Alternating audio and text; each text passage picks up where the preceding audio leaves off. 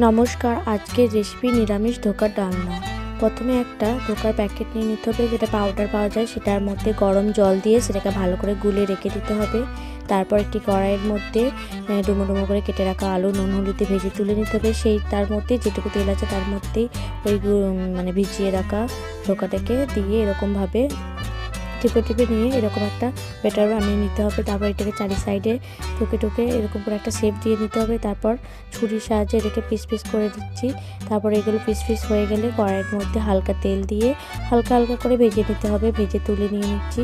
তারপর ওই পাত্রের মধ্যেই আবারও কিছুটা তেল দিয়ে একটু টমেটো, যেহেতু নিরামিষ হবে, প্রথম টমেটো, তারপর তার মধ্যে নুন দিয়ে ওই টমেটোটাকে ভালো করে মিক্স করে নেওয়ার পর তার মধ্যে আদা, জিরে, শুকনো লঙ্কা বাটা দিয়ে গুঁড়ো মশলা দিয়ে নাড়াচাড়া করে কষিয়ে নিচ্ছি। মশলা কষিয়ে দিলে তার মধ্যে ভেজে রাখা আলু দিয়ে আর একটু নাড়াচাড়া করে দিয়ে দিলাম জল। তারপর এটা ফুটতে দিয়ে দিচ্ছি। ফুটে এলে আলু সিদ্ধ হয়ে গেলে তারপর তার মধ্যে দিয়ে দিতে হবে ওই যে আগে থেকে ভেজে রাখা ধোকাগুলোকে। তারপরটা দিয়ে নাড়াচাড়া করে রেডি হয়ে গেল ধোকার ডালনা। কেমন হচ্ছে সবাই অবশ্য